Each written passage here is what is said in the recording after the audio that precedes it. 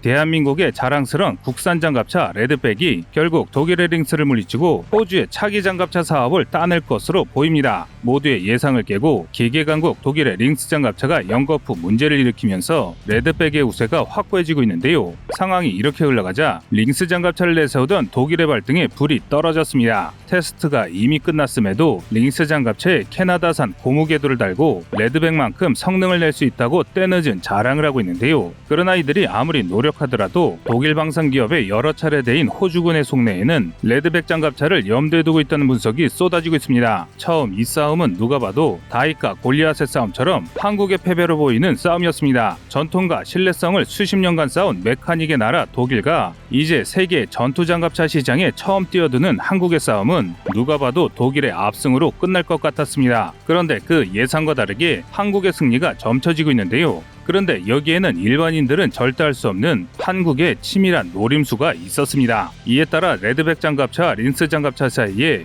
메울 수 없는 초격차가 생긴 것이라 할 수 있는데요. 하지만 아직 사업이 완전히 결정난 것이 아니기 때문에 끝까지 방심할 수는 없습니다. 현재 한국은 호주의 차기 장갑차 사업에서 독일을 압도하며 결승점을 향해 나아가고 있는 상황입니다. 그래서 준비했습니다. 오늘은 대한민국의 자랑스러운 국산 장갑차 레드백이 독일을 이길 수 있었던 일반인들은 알 수 없는 내용에 대해 알아보겠습니다.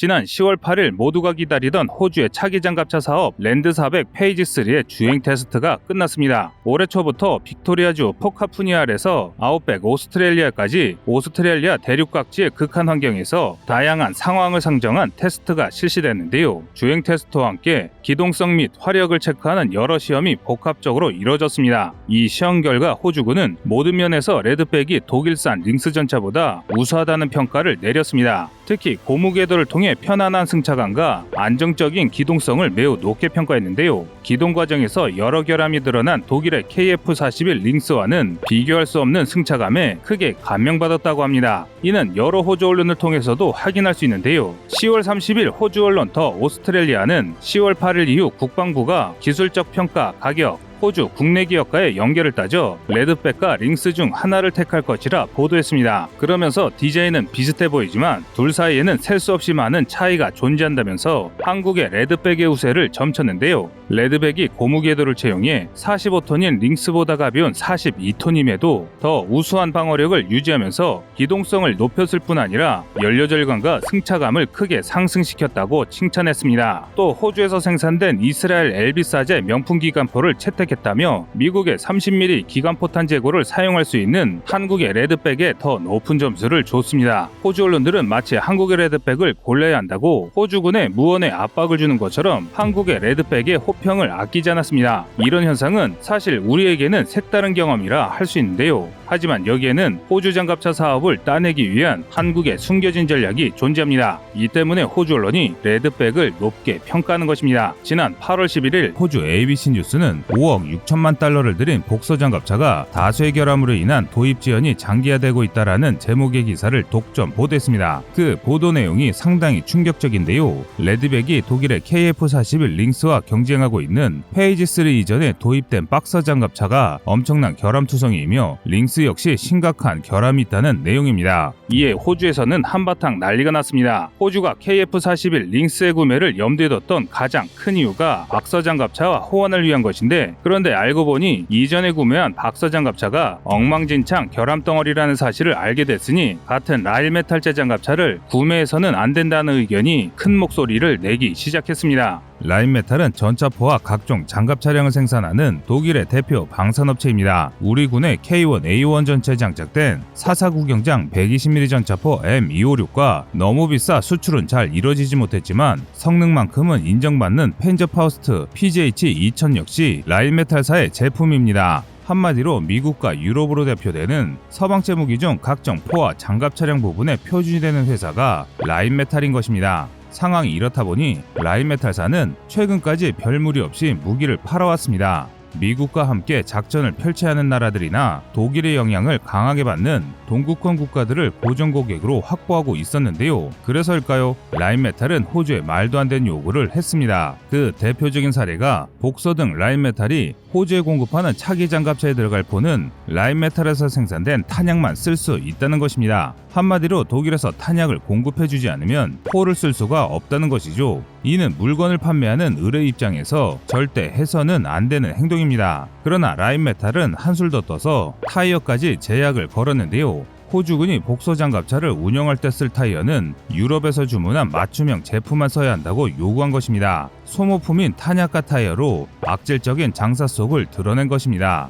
이에 당연히 호주는 격분했습니다. 물건을 팔 때는 간이고 쓸개고 내줄 것처럼 굴다가 막상 대금을 지불하니 말도 안 되는 요구를 하니 화가 안 날 수가 없는 것입니다. 안 그래도 독일 방산기업의 갑질에 화가 나 있던 호주가 결국 분노하며 폭발하고 말았는데요. 호주 언론이 입을 모아 레드백을 칭찬하는 데는 이런 이유가 있었던 것입니다. 그렇다고 레드백이 KF-41을 깎아내리기 위해 억지로 홍보되고 있는 것도 아닙니다. K-21 보병 전투차에 기반한 레드백의 성능이 훌륭하니 세계적인 기계강국 독일이 만든 차세대 장갑차를 성능으로 누를 수 있는 것입니다. 원판인 K-21의 장갑차의 성능은 다음과 같은데요. 2007년 개발이 끝난 K-21은 승무원 3명과 완전 무장한 보병 9명을 태울 수 있습니다. 최고 속도는 시속 70km이며 외부 도움 없이 물에 뜰 수 있고 시속 6km로 나아갈 수 있습니다. 40mm 기관포와 7.62mm 기관총을 달고 현궁 대전차 미사일도 탑재가 가능합니다. 이 정도면 첨단의 차세대 장갑차보다는 부족할지 몰라도 현존하는 거의 대부분의 장갑 차량을 압도하는 매우 훌륭한 성능입니다. 그러나 K-21이 나온 뒤 전쟁의 양상도 많이 바뀌면서 개량이 필요하게 됐습니다. 그래서 2차 양산은 K-21에 AS-21 레드백의 젊은 피를 수혈하자는 여론이 군안팍에서 일고 있습니다. 구체적인 기종 선정 때 기존 K-21 추가 주문이 아닌 레드백을 선택할 수도 있다는 이야기가 나온 것인데요. 만약 호주가 이번에 정말로 레드백을 선택한다면 우리 군 역시 레드백 사양 K-21 100대 도입을 진행할 것입니다. 이렇게 되면 두 나라의 장갑차 도입 수량만 500대를 넘습니다. 거기에 다시 여세를 몰아 미국이 진행하는 OMFV 사업까지 따낸다면 세는 게 어려울 정도로 엄청난 규모의 장갑차를 대체할 수 있게 됩니다. 이뿐만 아니라 대량 생산에 따른 단가 하락에도 불구하고 오히려 신뢰성은 늘고 개량 비용은 떨어지는 규모의 경제를 달성할 수 있게 됩니다. 그리고 일단 한번 달성된 규모의 경제는 그 엄청난 규모만으로도 다른 나라를 꿰는 매력적인 선택지가 됩니다. 그런 이유로 현재 우리와 경쟁했던 독일이 자신들의 링스를 포기하고 레드백을 선택하는 일도 충분히 가능한 상황인데요. 그 이유는 바로 유럽의 정세가 심상치 않기 때문입니다. 최근 유럽에서는 전운이 감돌고 있습니다. 벨라루스의 독재 정권이 폴란드 국경으로 난민 폭탄을 쏟아낸 것을 계기로 나토와 러시아의 대결이 본격화되더니 우크라이나 국경에 다수의 러시아군이 배치됐다는 충격적인 소식이 전해졌습니다. 북대서양 조약기구 나토의 가맹국들은 이런 러시아의 움직임에 대응해 동부 유럽의 자국의 군대를 빠르게 투입하고 있습니다. 그러나 러시아는 EU의 개입에 그다지 놀라지 않고 있습니다. 그 이유는 구형화된 무기를 교체해야 하는 상황에 새로 나온 무기들이 너무 비싸 나토군이 구입을 꺼리고 있기 때문인데요. 쉽게 말해 쪼그라들 대로 쪼그라진 나토군으로는 러시아를 막을 수 있을 리가 없다고 생각하고 있는 것입니다. 이는 상당히 합리적인 판단인데요.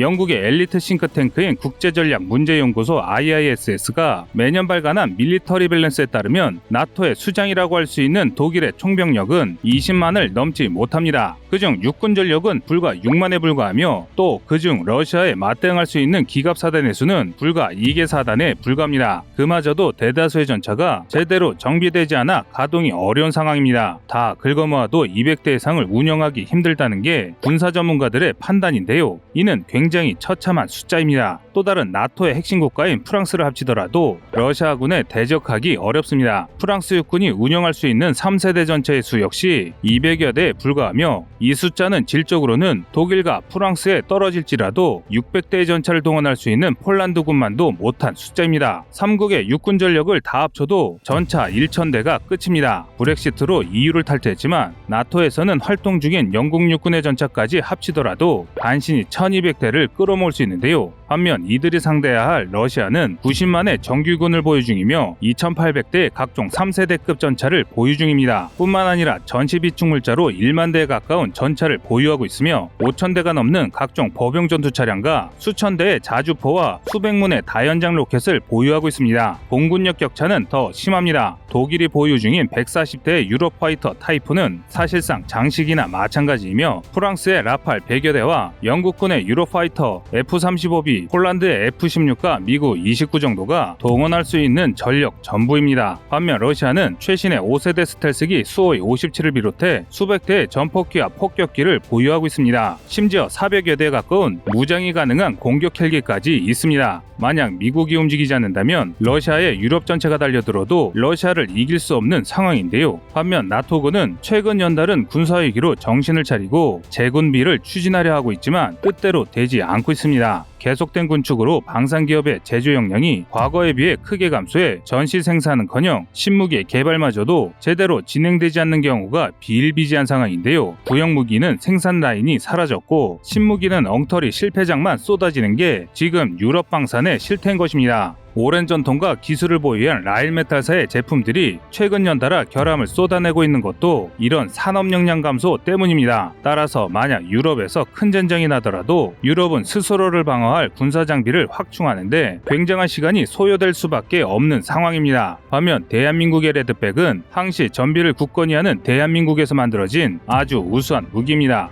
만약 레드백이 호주와 미국의 선택을 받아 서방권을 대표하는 장갑차가 된다면 설령 경쟁자였던 독일이라 할지라도 비싼 가격과 개량에 큰 비용이 드는 자국산 장갑 차량을 대신해 한국의 레드백을 택할 수 있는 것입니다. 또한 나토까지 레드백으로 재무장을 시작한다면 레드백의 총 생산 대수는 과거 7,000대 가깝게 생산된 브래들리를 가뿐히 뛰어넘을 수 있게 될 것이라는 게 세계 군 전문가들의 의견입니다. 앞으로 대한민국의 전투장갑차 레드백의 선전을 기원하겠습니다. 여러분의 생각은 어떠신가요? 시청자님의 의견을 댓글로 남겨주시기 바랍니다. 여러분의 좋은 의견이 좋은 영상을 만드는데 많은 힘이 됩니다. 이상 꺼리튜브였습니다.